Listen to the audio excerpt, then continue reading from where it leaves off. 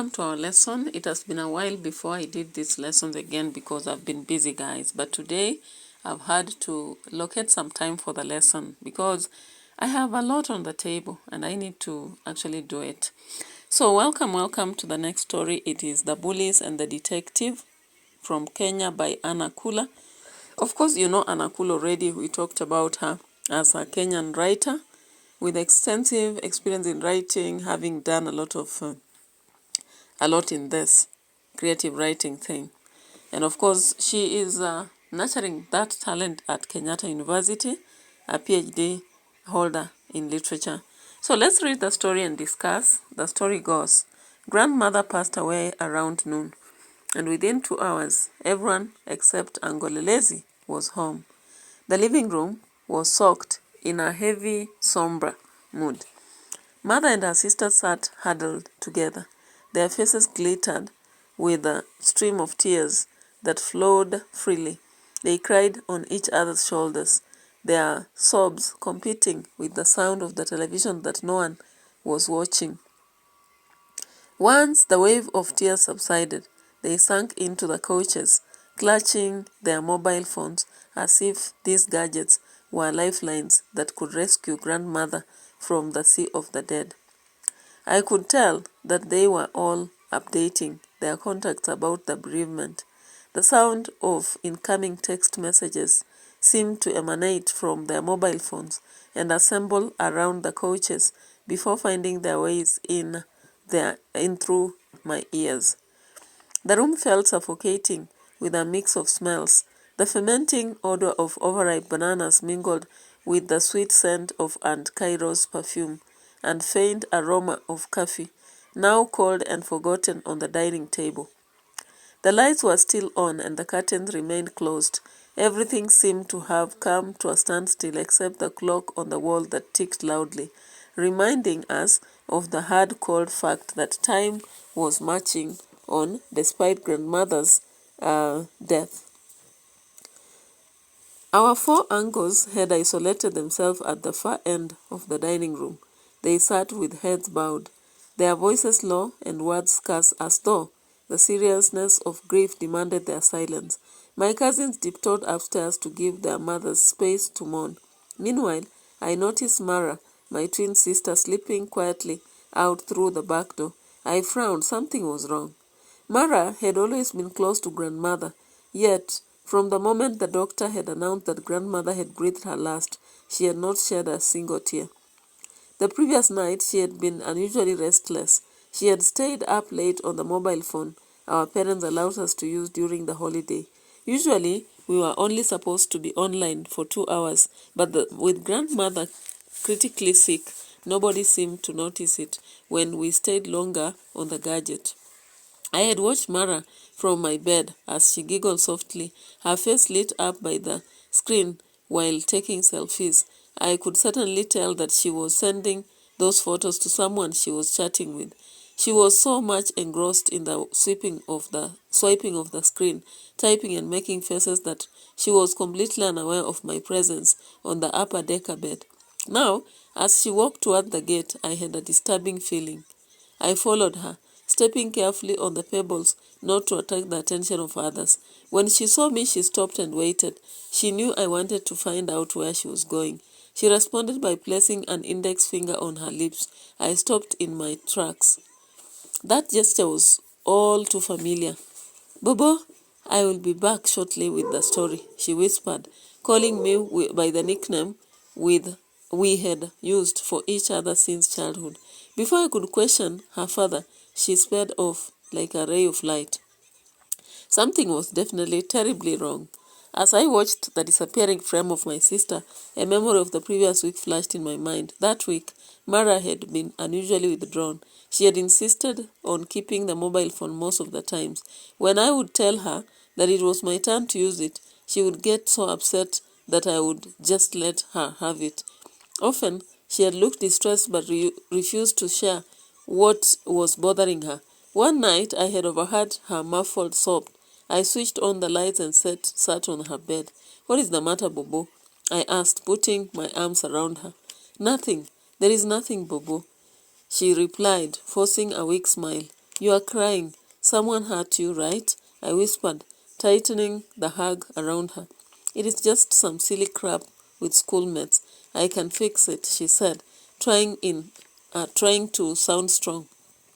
Bobo, you can talk about it with me, I whispered again, stroking her head. Trust me to fix it, will you? She asked, looking me straight in the eye. I nodded and gave her a warm goodnight hug. That was the week before. Now, her behavior painted a clearer picture of a disturbed person. She did not get it fixed as she had promised. My heart pounded as I rushed back inside the house. I wanted to let my father know of Mara's disappearance as fast as I could. The first person I spotted in the living room was Uncle Lazy. He seemed to have just arrived as he was shaking hands with my other uncles. His towering frame made him more visible. Uncle Lazy was just the right person for me at that time. He was a detective, and a brilliant one at that. That is how he had earned the name, and since grandmother could not pronounce Mpelelezi, his name just ended up being Lelezi. I flew into his arms, and before he could utter a word, I dragged him outside. With a trembling voice, I told him everything in seconds. I concluded breathless and with a tone of urgency. Uncle Lelezi, something is wrong with Mara. She had been acting weird, and now she has run off. Please help. By the time I finished my last word, Father joined us, but there was no minute to waste retelling what had happened. Without wasting a time, Angolelezi sprang into action. The doors of the car swung open. Sit here, he told my father, pushing him a little to the passenger seat in front. I did not wait to be told where to sit. By the time the engine roared, I was safely buckled up on the back left seat of the car. Finally, Father found his tongue to ask, what is the matter? Can someone just explain what is happening? We are following Mara, Angolelezi said. She ran away a few minutes ago. Father kept quiet. I could tell that many questions were going through his mind, but there was no time to ask them, and no one to answer them. Using his investigative skills, Angolelezi accessed Mara's last online activity and traced her mobile phone's GPS. After a short while, he shook his head and clicked her mobile phones and clicked. These young people think they are smart, he said. Those words brought me back for the many scattered thoughts going through my mind about the terrible things that could happen to my sister away from home. She's not far from here, he said, pulling the car to a stop at the side of the road. He explained. Father and I listened. I was getting shocked and chilled by the night. Mara had been a target of cyberbullying campaign. A group of young people had created a fake social media account to harass and humiliate her. They had spread lies, posted altered photos, and sent her cruel messages day in, day out. That morning, she had received a threatening text urging her to meet them in the evening at the secluded place at the edge of the forest. The text had indicated that if she failed to do so, they would publicly expose the secrets and photos they had fabricated of her. We need to get this right, Angolelezi finally said. We are going to leave the car here and walk the rest of the distance. We should not raise any alarm, he added. By the time we reached the meeting spot, darkness was beginning to gather as the sun said goodbye to the earth. We found Mara sitting at the dry log headboard, hugging her mobile phone tightly. 4 teenagers, 2 boys and 2 girls, stood beside her. The moment I saw them, I knew that they were the bullies Uncle Lazy had talked about. One of the boys was speaking. Choose. The choice is yours. You either choose us or... His voice faltered upon seeing us. We are going on here. What is going on here? Uncle Lazy demanded, his voice as sharp as a razor on paper. The teenagers made as if to run, but Uncle Lazy thundered, don't move. Stay where you are, he said, each word firmly posing an effect. The bullies started to offer some explanations but gave up when they realized Angolelezi was not interested in the excuses. He confiscated their mobile phones as he warned them of the legal consequences of cyberbullying. He took their parents' mobile phone numbers amid their pleading. Please, do not call our parents. We have learned our lesson. Your parents must hear of this before you become cyber terrorists, Angolelezi said, and ordered them to sit down on the dusty road. Before we left that crime scene that evening, the parents of the bullies had arrived and a conversation had happened. The fake social media accounts had been pulled down and apologies given unreservedly. All that time, Mara was sobbing, her shoulders shaking as father and I held her in turns. "Father, forgive me. I did not know what to do, Bobo," she kept repeating. They would not stop. I was scared. By the time we got home, it was really dark. Mother had called father many times, but despite the assurance that everything was fine, worry was written all over her face. She was the first to see us as we drove through the gate. She could not wait for the car doors to open for her to receive her jewels, Mara and me. Everyone rushed out and hugged Mara with a mix of relief and concern. "Glory to God," Auntie Cairo said, putting her hands together in supplication. "And thanks to you for being a sister's keeper," she added, hugging me. Uncle Elezi explained what had happened. He concluded with a serious, steady tone. "Cyberbullying is not a joke. It can destroy lives if we are not careful." When everyone was settled back in the living room, we had tea as the adults in the room shared stories of the terrible experiences on social media. We seemed to have temporarily postponed mourning grandmother. The mood had shifted slightly, turning towards care of the living. Parents resolved to guide their children more on the safe use of internet. Mara vowed never to touch a mobile phone, and she stuck to her vow until she received counseling. Alright guys, you've just heard that story. It's traumatizing kinda, but at the same time very informative. There's a lot you learn from such a story. So of course the title is very suggestive of what the story is going to focus on: bullying and a detective in place. In the story we have the bullies, who are the young boys and girls. Of course the victim is Mara, the sister to the narrator, while the detective is Lelezi, who is Mpelelezi, the uncle. Now let's go to the synopsis of the story. The story begins with the passing away of the grandmother after days of bedridden situation. Now the daughters and brothers are mourning, and the four uncles, of course, are isolated deep into their thoughts, while the sisters are sending messages back home and people are responding. So, as the cousins tiptoe, the narrator realizes that the twin sister walks away. Now she follows and notices that the sister is actually sneaking away from home. She senses danger because of having imagined what happens to young girls in the evenings. And of course, the sister just tries to make her shush by pointing or putting a finger on her lips. At the end of the day, we see that Mara has been a victim of cyberbullying. And when the sister notices that there is a problem because she recalls the sister was stuck on a phone, she goes to talk to the uncle who has just arrived. That is Uncle Mpelelezi, a detective. The uncle quickly goes to check on the phone and finds out that what happened was cyberbullying process. And in the due course, now we see that they pursue Mara. And while checking on her phone messages and her GPS, they notice where she is and pursue her. They drive and find her somewhere on the road near the forest, amidst young boys and girls who are terrorizing her. They had created an account and they were spreading lies about her, posting altered photos and cruel messages to her.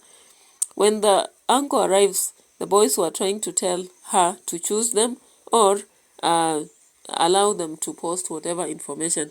Mara was crying, and she was just saved by the uncle when they arrived and made those boys call their parents and the girls. And when their parents arrived, they were warned against whatever they were doing. They had to apologize and remove the fake accounts. Now, what do we learn here? From the character trait point of view, we realize that the narrator is very caring and concerned. She actually cared about the sister, the twin sister, Mara.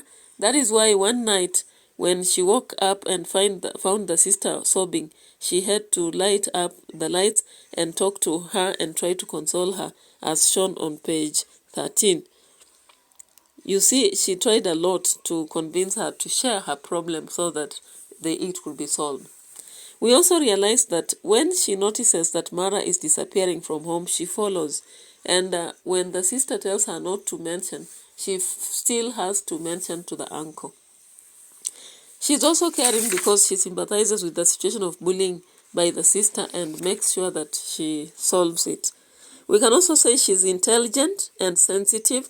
She senses that the sister is undergoing a terrible moment because she had realized that she was having a lot of time with the phone. She was even taking selfies, and she was disturbed with the phone issue. When the sister walks away in the dark, the narrator notices that there must be a problem and goes informs the mother, the father, and the uncle. And in fact, she makes an intelligent move of telling the uncle is a detective, and they really find their sister in time. We can also say that she is a very sacrificial. The phone was supposed to be used by both of them. But she had to let the sister use sometimes when she becomes irritated, not to be allowed to. Another sacrifice is actually when people are mourning, she is careful watching the sister and comes, tells the uncle about what is going on. We can say that Mara, on the other hand, was very discreet or secretive. All this time while the other boys created an account and were bullying her, she never revealed to the concerned sister about what was happening. She simply said she'll deal with it, even when it was overwhelming. That night, while sneaking away, she puts her index finger on her lips to make sure that the sister does not reveal whatever is going to happen. We can also say she's vulnerable. She exposes herself to danger. In the first place, getting to have a social media account that she could not manage at her age and have it misused by the peers was a dangerous move. The other dangerous move was to walk away when people are mourning, a moment when people would hardly detect she's not there, and then now she's going out during such a time and it is at night. The other thing is when she allows these young people to keep molesting her on phone consistently until she's distressed. We can say she's emotional. We get to find her mourning a lot, crying with her phone, and deep in the forest with these boys. At the same time, when she's rescued, she comes home, she cries even to the father and says she did not know what to do. You know, I don't think there is much to share. We can now talk about the uncle. The uncle was quite intelligent. The moment he actually heard the story from the narrator, he picked the phone and checked and found, using his investigative skills, he discovered where Mara is. And the pointer really was smart because they found where she was. Then he intelligently tells the boys he tells the entire group that they are not going to go with the car to that end. They'll park it somewhere, then go just walking to the place. Now, once they arrive at the place, he orders the boys not to run, and he makes sure that the parents come around and they are warned against what was happening, pull down the accounts, and at the end of the day, serve this girl. He is very helpful also in the same manner because of what he does. The father and the mother are very loving and concerned. You can see the father was very scared when he heard the story and he went to rescue the daughter. The father is also very caring because he offers these children a phone that would help them, communicate and do the few things and basics, and gives them rules on only using them for 2 hours. The mother, when she receives the news, she's very much concerned that she's not settling. At the end of the day, when they come back with the car, she cannot even wait. She is waiting to receive her daughters. Now let's get to the thematic concern. The first one is love. We see a lot of love shown for grandmother when she passes away. All the family members are mourning. You can see the aunts are crying, holding each other on shoulders. The sons are isolated in one place, bowing. There is a lot of grief, and everyone else. Then we can also see the theme of family reunion. In this funeral, we can see there is an extended family here. the sisters, the brothers, the cousins, the aunts. And that is how, even at the end, the last page, we see that they also collaborate to decide that they are going to advise their children about cyberbullying because it's not a joke. The fact that also we see Uncle trying so much to save this girl, it tells us that this family was a communal one. Now we can talk about another theme, which is cyberbullying. Cyberbullying has become a menace that many people don't know about, but it's real. Now we see that young people create accounts, some of them fake social media accounts, and through them they bully others. By the way, I never knew that this can happen until I saw last term, the term that we were just ending.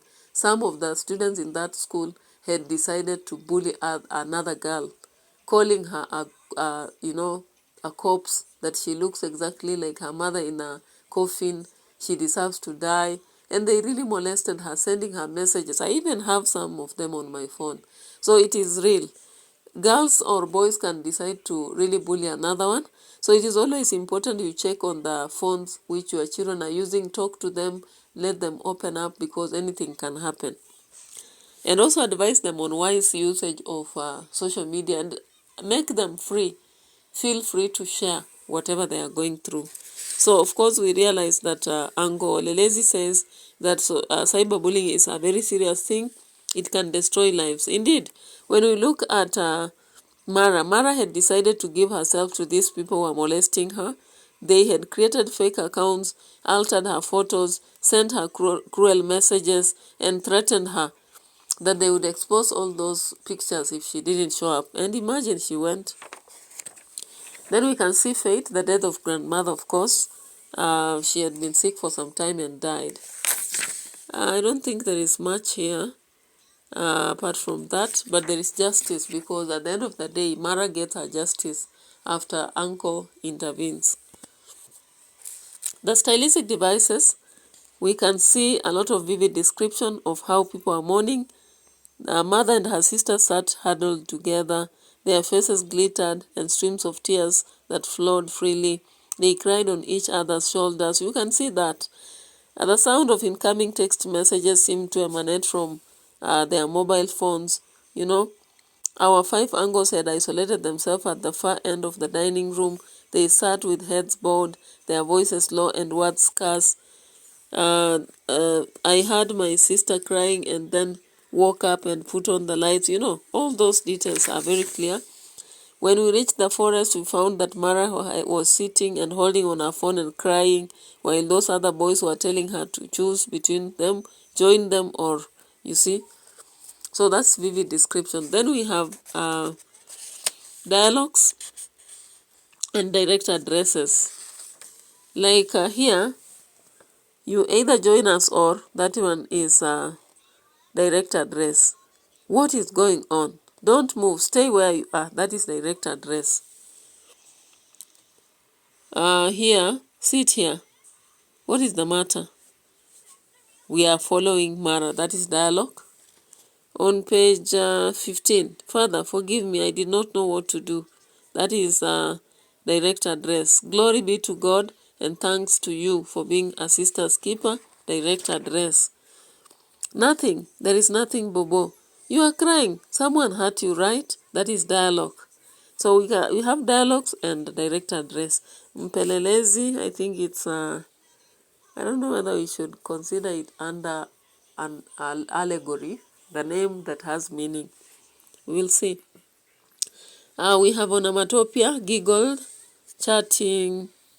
Then we have sobs.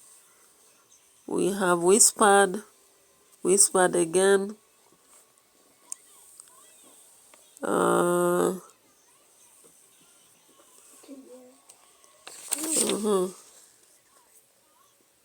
Rushed. I think those are the onomatopoeia. Now, do we have any other style here? We have irony. It's ironical that Amara had been compromised by these girls and boys, yet she knew very well she had not posted any naked picture of herself on media. Then it is also ironical that people are mourning the death of the grandmother. Mara is taking pictures and giggling softly and taking selfies. We expect that moment, everyone is mourning. Then the other style that we find apart from irony,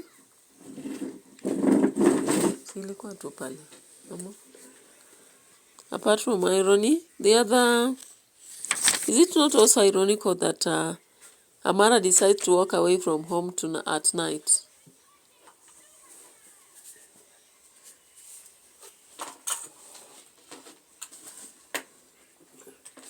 Yeah, it is ironical. Then rhetorical question, what is the matter? Can someone just explain what is happening? That is rhetorical question. Ellipsis, you either join us or